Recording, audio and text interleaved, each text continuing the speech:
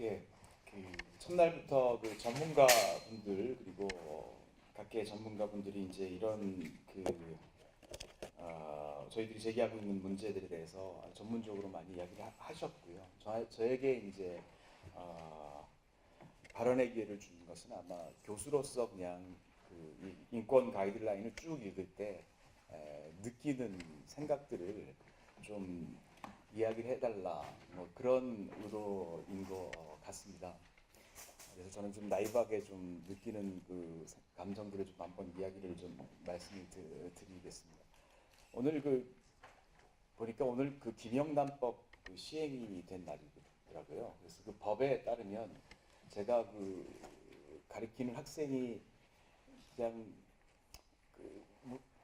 무심코 선생님한테 주는 커피 한 잔을 마시면요, 그건 학점에 영향을 미치기 때문에 제가 마시면 김영란법을 위배하는 거라고 그러더라고요.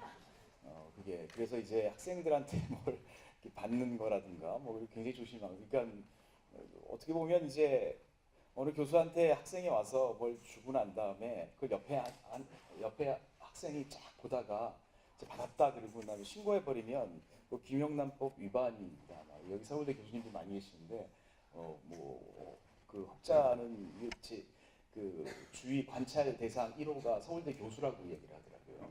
예, 그래서 하여튼 몸조심하자. 그래서 오늘도 다 더치페이를 했습니다. 더치페이를 하고 그 다음에 오늘 제가 이제 국제학술 대회 이제 준비를 하면서 이제 학술 대회 오는 교수님들 식사를 이렇게 해야 되는데 호암 교수회관에 가서 이렇게 뷔페를 하다 보니까 3만 원이 넘어가더라고요. 보니까 3만 원짜리를 3만 원 아래로 하면 음식이 시원찮고 이게 좀 넘어가면 이거 김영란법에 위배가 되니까 이걸 어떻게 이게 위배되느냐 뭐 이제 한번 본부에도 물어보고 그래서 하여튼 우리의 지금 생활이 굉장히 바뀌는 것 같습니다. 삶의 문화가 다 더치페이지하고 굉장히 개인주의적으로 그리고 삭막해져가는 그런 생각이 듭니다.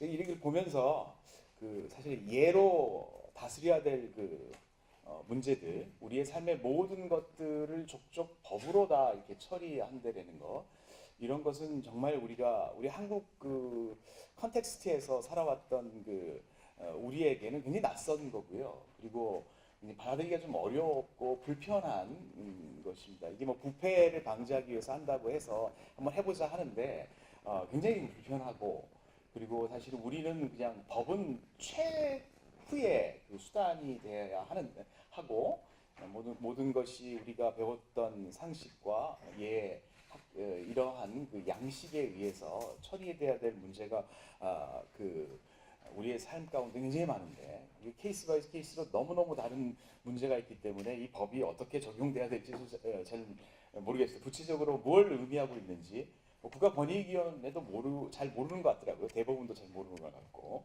지금 우리가 이런 새로운 시대에 들어왔고 오늘 첫날인 것 같습니다.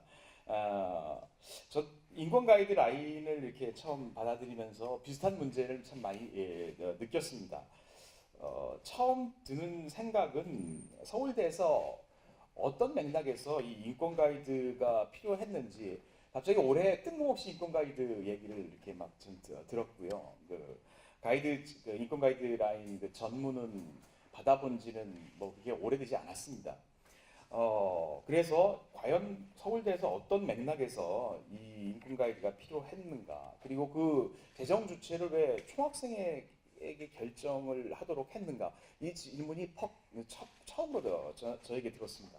사실은 중등학교에서 이미 2010년 경기도 교육청에서 학생인권 조례를 만들었고요. 그 다음에 2011년에 서울 교육청 에서 서울 학생인권 조례를 공표했습니다.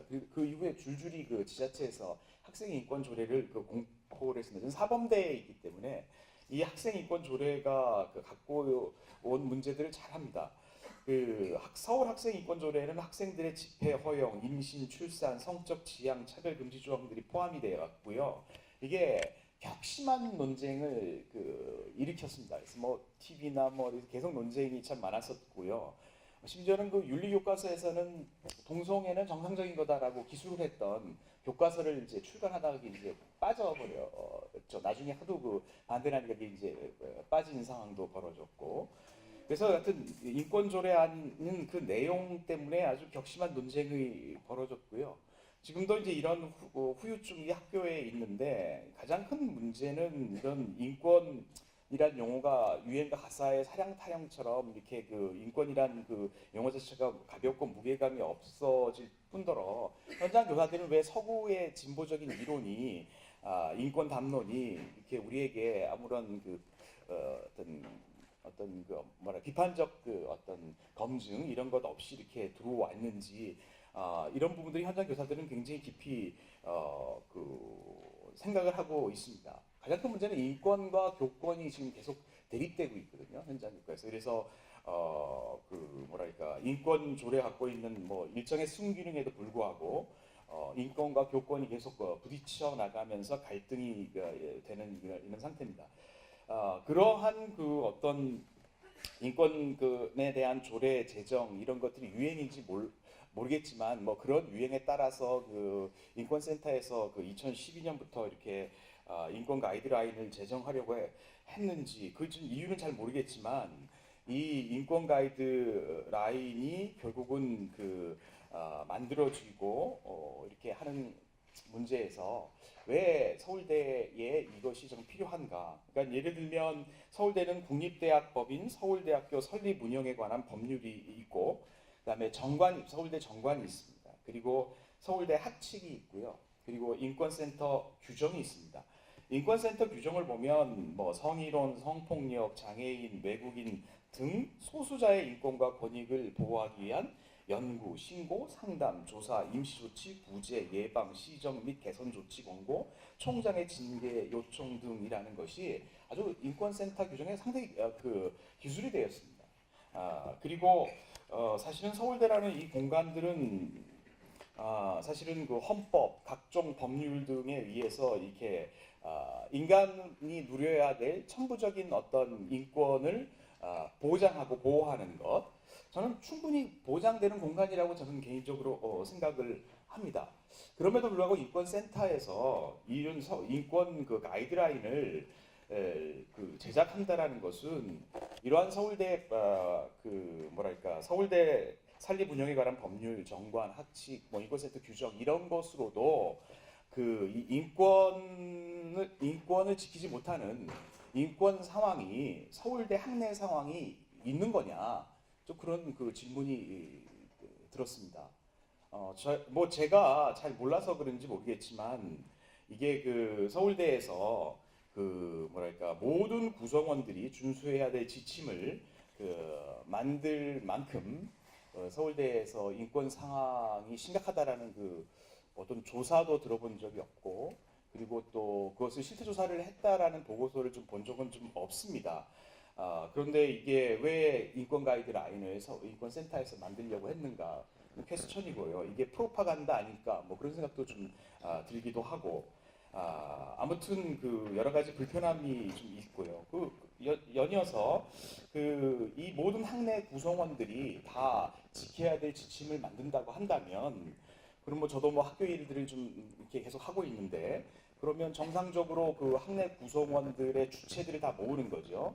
뭐 교수도 있고 연구원도 있고 학생들도 있고 뭐 거기 직원들도 있고 노조에 소속한 사람들이 있고 많은 다양한 그 구성원들이 모여서 과연 그 인권 그 가이드라인에 그게 정말 필요하다면 그 가이드라인에 그 넣어야 될 그 인권 그의 범주 대상 이것들을 정해야 하고 그러한 그런 그 기구 특별한 논의 기구를 통해서 그것을 만들어야 하는데 이거를 학생 그들에게 만들어 이렇게 넘기고 그것을 단지 심의하고 그것을 공표해 버리고 다 지켜라.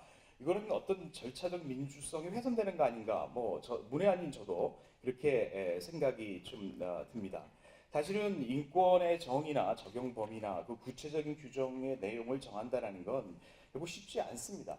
이미 그 학생 인권 조례를 만들면서 일어난 격심한 그 논의, 그리고 그 논의의 핵심 쟁점들 다 인권센터도 알고 학교 다 알 겁니다. 전문가들은 다 알 텐데 이거를 이렇게 학생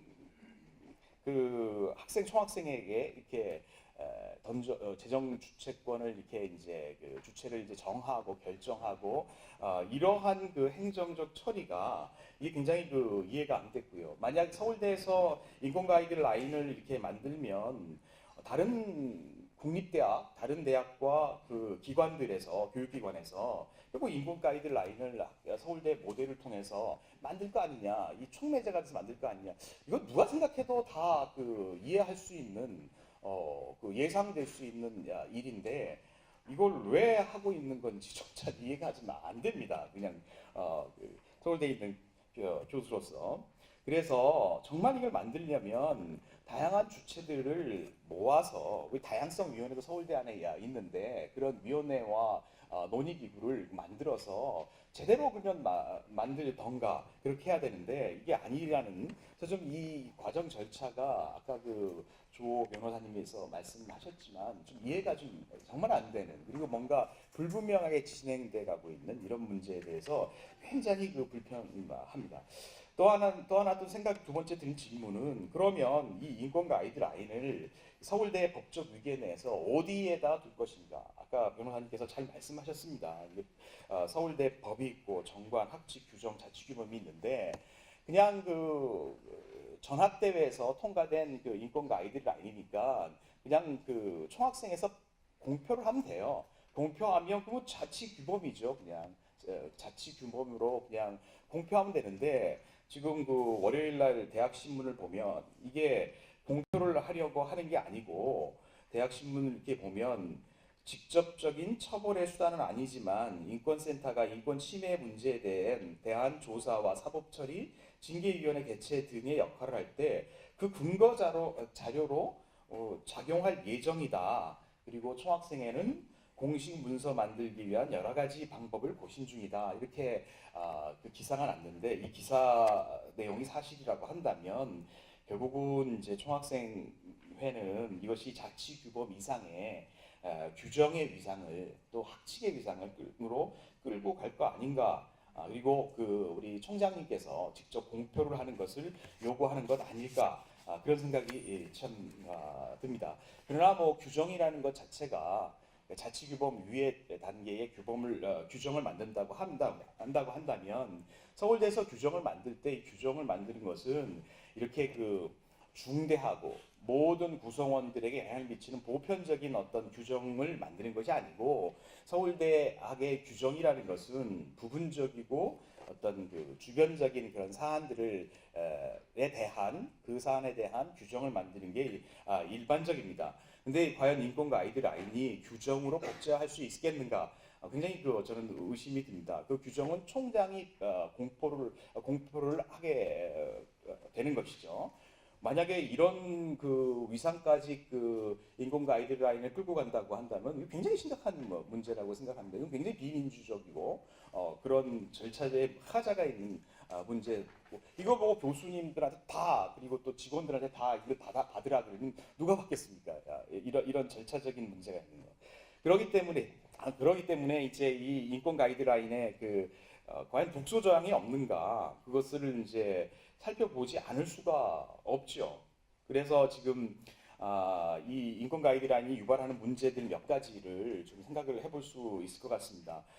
우리가 지금까지 논의를 해왔던 그 2조의 평등권, 제가 봤던 전문은 이게 차별금지라고 있었는데 아마 이게 좀 수정됐던 것 같아요. 용어를 바꿨던 것 같습니다. 차별금지 용어가 조금 문제가 있을 것 같으니까 그 공격의 어떤 포인트를 피하려고 용어를 바꿨는지 잘 모르겠지만 평등권이라는 그 내용인데요. 그 안에 이제 그 차별 금지의 어떤 문구가 그대로 있는 것이죠.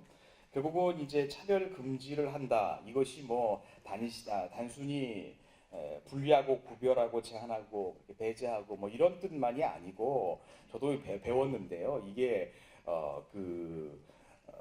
일단 동성애 문제 어떤 뭐랄까 적용한다고 한다면 윤리적으로 문제가 없는 그 정상적인 것으로 인정하는 차원까지 뭐 차별 금지의 법적 의미가 있다라고 보고, 그랬을 때 이 교수의 입장에서 이 동성애 문제에 대한 개인적인 윤리관을 표현했을 때 이게 차별 금지의 대상이 돼버리는 그런 경우, 그런 그 결과를 갖고 오게 되겠죠. 사실 교수라는 사람들은 그 우리나라 사회에서 그 좀 약간의 어떤 특권적인 그것이 있습니다. 그래서 학문의 자유, 사상의 자유, 그 자신의 어떤 윤리관을 기초로, 자신의 어떤 세계관을 기초로 학문을 하는 자유, 그런 자유가 있기 때문에 이제 교수의 길들을 가게 되고, 그리고 자신의 그 어떤 윤리관이나 세계관에 대한 공격이 들어오면 적극적으로 방어하고, 그리고 그것에 근거로 해서 논쟁을 하고 논의를 하고, 그게 이제 교수의 삶인데, 그러니까 사실은 이제 이 동성애 문제에 대해서 적용한다면 이 동성애를 정상적으로 보는 사람도 있을 수 있고, 교수 가운데 이것을 비윤리적으로 보는 사람이 분명히 있을 수 있습니다. 이게 결국은 말하자면 개인의 윤리관을 바탕으로 해서 수업을 진행하고 강의를 하는 건데, 그 개인의 윤리관 자체가 어떤 처벌의 대상이 돼 버린다고 한다면 교수로 입장에서 굉장히 그 어떤 그 위축감이 들게 되고, 그 자유를 박탈당하는 그러한 것들을 경험하게 되겠죠.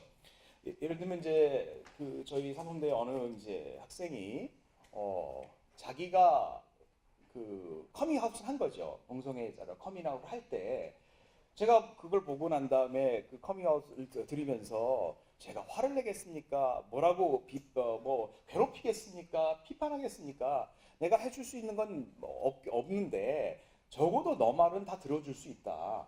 전 그렇게 이야기를 해요.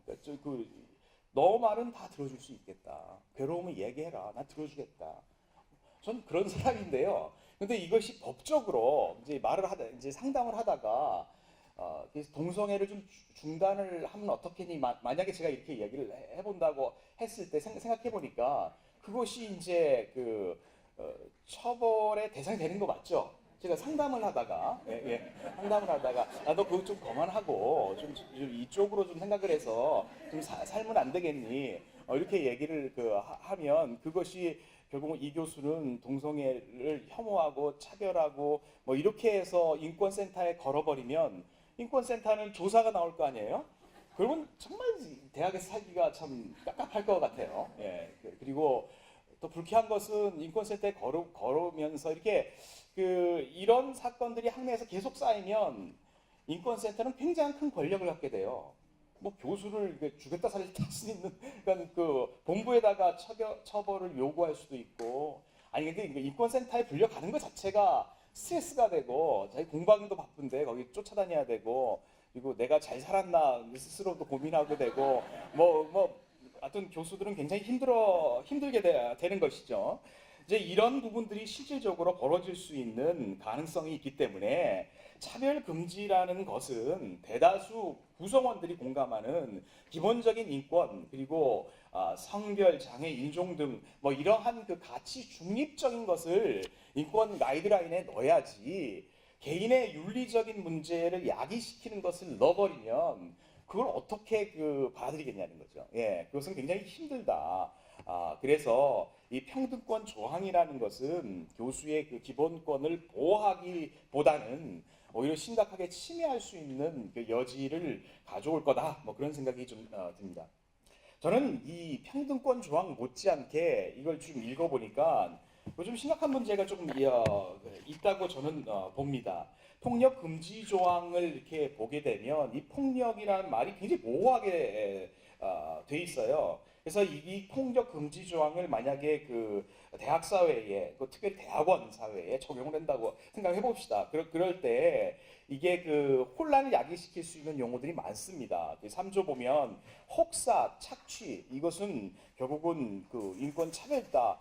대학원생들은 다 혹사, 착취를 했다고 해서 이 교수 미워하고 그냥 인권센터에 제소를 해버리면 결국은 이것은 이제 처벌의 근거가 될 수 있고요. 그 다음에 교육에 관한 권리, 이것을 볼 때도 그 사실은 학생은 학생 자치의 주체가 돼야 되는 거고 대학 운영은 교수나 이런 그 사람들이 좀 해야 하게 그 주체는 총장님 중심으로 한 교수회의 그리고 각 구성원들 이렇게 그 돼야 되는 것인데 이게 이제 학생들이 교육을 받을 권리가 있다고 해서 교육의 커리큘럼이나 이런 부분까지 손대버리면 이것은 참으로 문제가 있다. 이미 그 서울대 정관 41조 1항 보면 그 학생이 교육받을 권리를 충분히 보장하고 있습니다. 또한 문제가 되는 게 의사결정 참여의 권리입니다. 이 18조인데요. 보니까 이게 제가 가진 거랑 달라서 그런데 18조에 보면 이 서울대 구성원은 모든 그 학교의 그 의사의 결정에 참여할 수 있겠다. 그러면 정말 복잡해지는 문제가 벌어집니다. 그래서 예를 들면 뭐 학점을 규정하는데 학점에 관한 학칙 같은 걸 이렇게 바꾸자, 개정하자라고 학생들이 요구할 수 있고 뭐 노조부터 시작해서 직원부터 시작해서 모든 의사결정 껌껌이 다 참여를 해버린다고 한다면 서울대학은 정말 앞으로 한 발짝도 나가기가 굉장히 어려울 거다. 그래서 의사결정 참여 권리에 대한 내용도 굉장히 문제가 있고요. 그 다음에 개인정보 보호의 의무를 가만히 보면 이게 이제 이 정보를 개인정보를 함부로 동의 없이 어떤 사용 못하도록 막는 조항인 거거든요. 그럼 보면 사실은 개인정보보호법에도 이 정보를 활용도 할 수 있는 권한도 줬어요. 그래서 제가 만약에 어떤 학생에 대해서 이 학생이 문제가 있어, 큰 문제가 있고 정신적인 문제가 있을 때 이 학생이 가정 배경이 어떻냐 하고 조교한테 좀 이렇게 보자. 이런 것도 못 보게 되는 거죠. 예. 그러면 이게 교육의 어떤 활동에 굉장히 많은 제약을 갖고 올 거다 그런 생각이 좀 들고요. 그리고 또 인권 교육을 강제로 받아야 된다. 지금도 교육받을 거 많은데 교수가 이거 인권 교육까지 받으라고 하는 거니까 그러면 이런 인권 교육은 그럼 누가 프로그램을 짜는 거고 어떤 개념에서 인권 교육을 할 거냐 그걸 강제적으로 반다라는 것은 진짜 이것은 이게 받아들일 수 없는 그러한 문제라고 봅니다. 결론을 좀 이렇게 한다면 말씀드리자면 사실은 이제 전학대회 학생들 전학대회라는 것은 사실 집단 지성이에요. 사실 집단 지성인데 집단 지성을 통한 학생들의 어떤 그 결과물인 인권 가이드라인이 굉장히 우리 학생들은 정말 똑똑한 학생들인데 인권 가이드의 라인의 어떤 내용들을 보면서 조금 실망을 했습니다. 많이 실망을 했고 집단 지성을 발휘한 결과가 이 정도밖에 안 됐는가 뭐 그런 생각이 듭니다. 오히려 이런 인권 가이드 라인은 너무 학생 중심의 어떠한 시각만들을 반영했고 이게 이제 교수 입장에서 보면 오히려 교수의 사상의 자유, 학문의 자유가 침해될 가능성들이 있고 전 그렇습니다. 우리가 볼링을 칠 때 킹핀을 무너뜨려야 스트라이크가 나온다고 그러잖아요. 킹핀이 5번 핀인데 정말 인권 가이드 라인을 만들고자 한다면 학생들이 만들고자 하고 같이 참여한다면 학생들도 심각하게 생각하는 게 인권의 킹핀이 뭔지를 찾아보셔야 된다고 저는 개인적으로 생각합니다. 서울대 인권의 킹핀이 뭐냐? 그리고 성적 소수자의 인권, 특정 인권이 킹핀이 아닌 것 같아요. 정말 킹핀은 적어도 총학생회 정도 되면 서울대 가버넌스 문제를 고민하셔야 돼요. 서울대 가버넌스가 얼마나 왜곡되어 있고 그리고 이사의 구성 내지는 이사를 선출하는 문제가 굉장히 왜곡되어 있거든요. 그래서 이사를 선출하는 내 어떤 막혀있는 폐쇄된 시스템 속에서 가버넌스가 있기 때문에 이사회가 다른 결정하게 되면 다 구조 조정을 해야 됩니다. 서울대가 굉장히 취약한 가버넌스 가운데 있는데 이런 부분들 정말 심각하게 고민을 해야 될 것 같고 정말 총학생 정도 수준이 되면 서울대 총학생 수준이 되면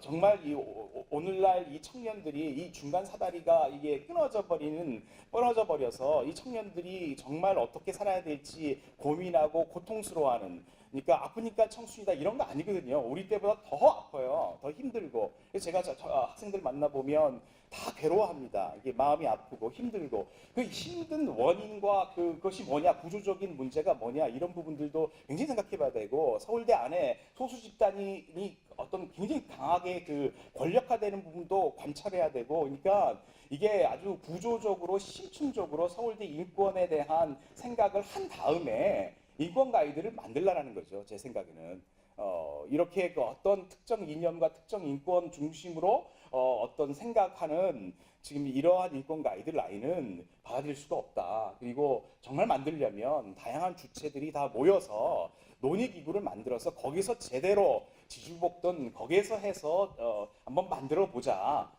그래서 그 정말 집단 지성들이 발휘되는 상황이 돼야 된다. 저는 그 정도까지 말씀드리죠.